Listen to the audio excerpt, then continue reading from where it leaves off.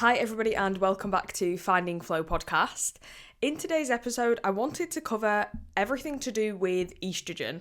So why it's important, its functions in fertility, symptoms of low estrogen, how you can increase your estrogen if it is low.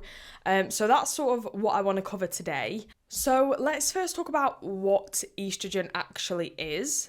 And why we have it. So estrogen is kind of like the feminine or the female version of testosterone in a way, because estrogen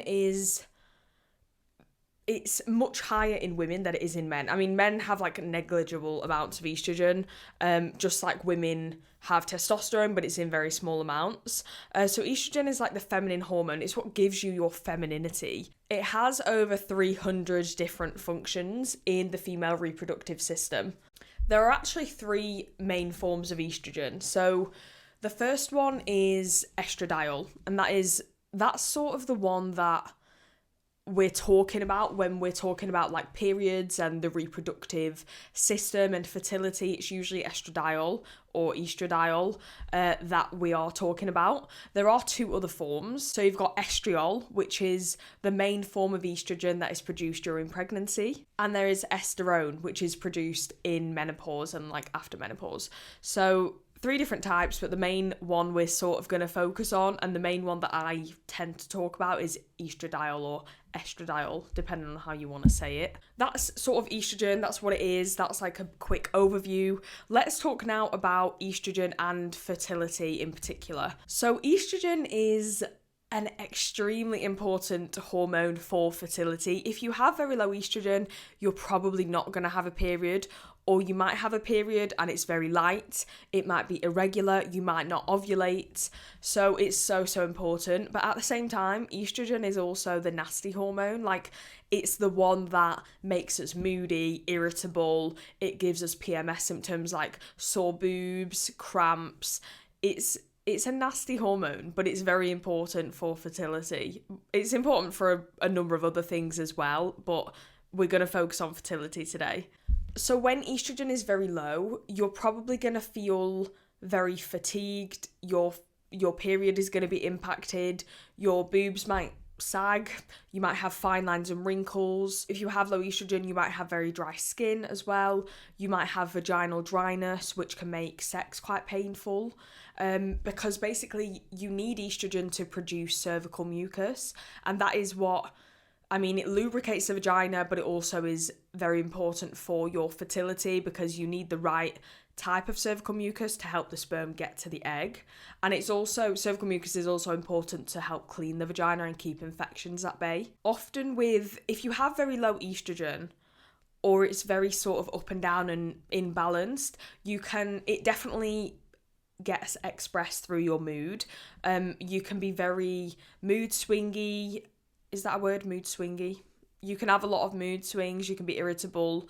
You might find that you have a very low mood if you have low estrogen, because estrogen it acts through the serotonergic system in the brain. So basically like the system that serotonin acts through.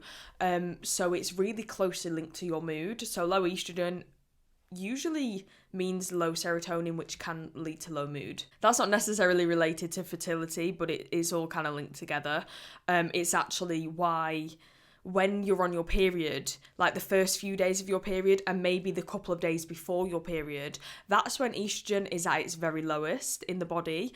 And that's why most women feel really down around that time of the cycle, because they have very low estrogen. So they're going to be producing less serotonin. So let's talk a bit about the symptoms of low estrogen. So I've actually got a list on my laptop in front of me because I would not be able to remember all of these off the top of my head. I would have to sit here for a few minutes to think about them.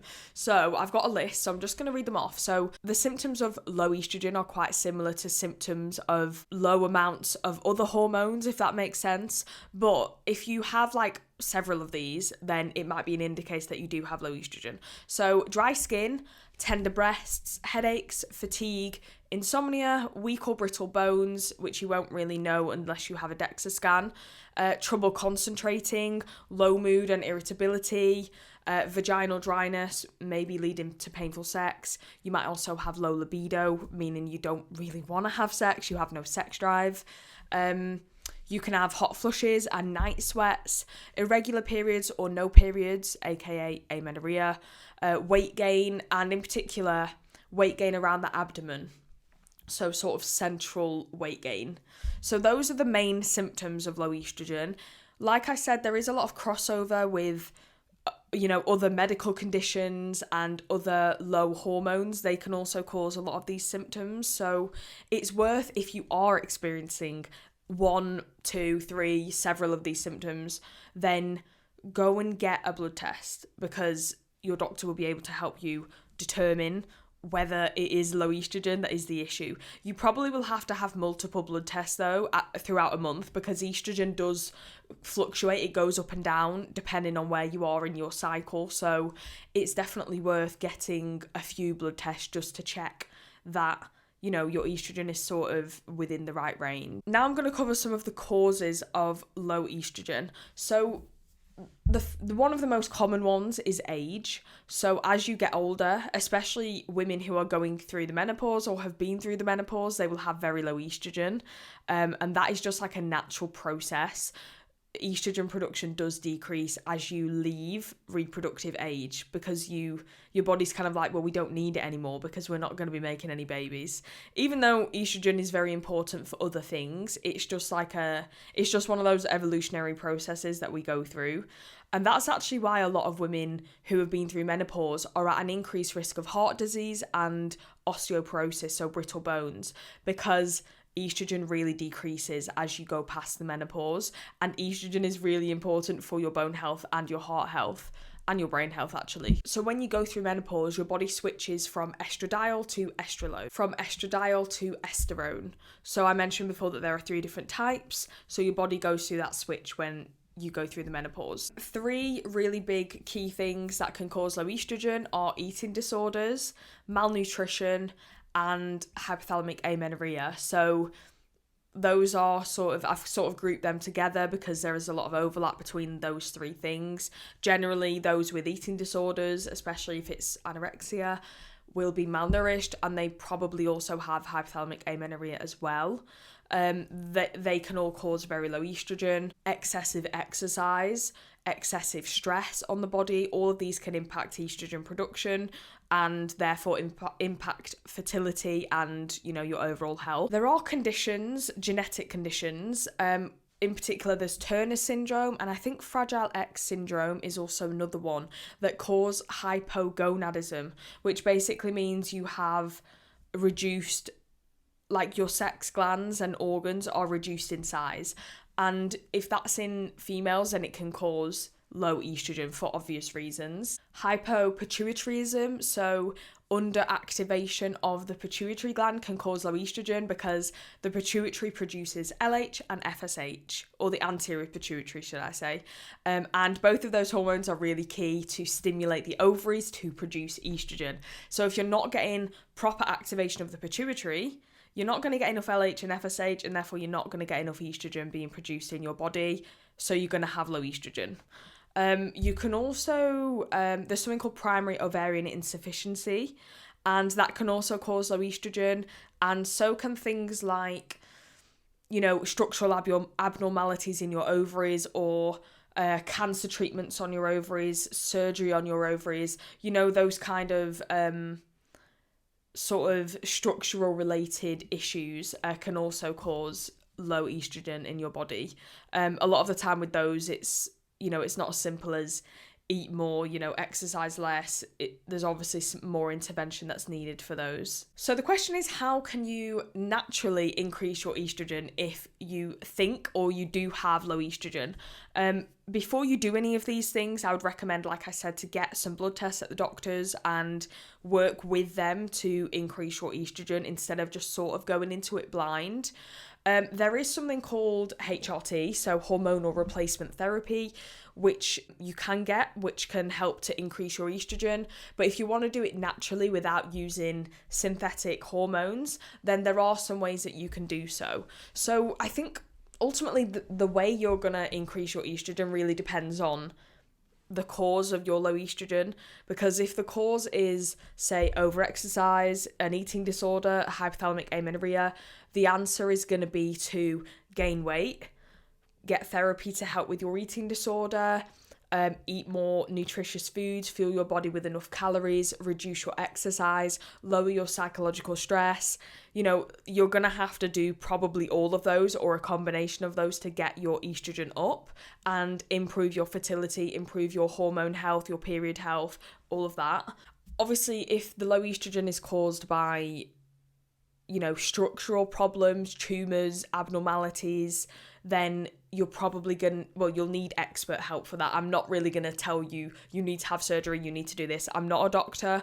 Speak to your doctor if that is the case, and they will know what is best for you in that case, obviously. In particular, even if you don't have HA, you don't have an eating disorder, you think you are a healthy weight, or you are a healthy weight according to societal standards or medical standards, you could still need to gain weight.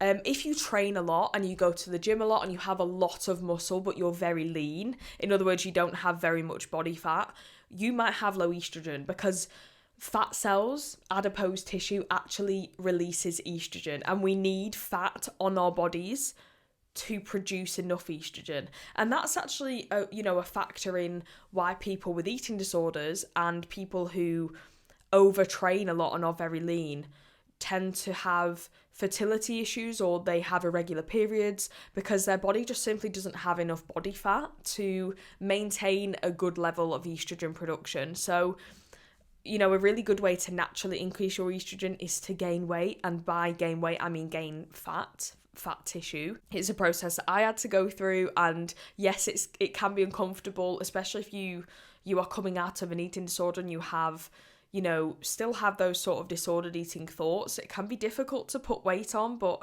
it's necessary a lot of the time if you want to increase your estrogen and improve your hormone, period, and fertility health. Another really, really good way to increase your estrogen is to consume foods that contain phytoestrogens.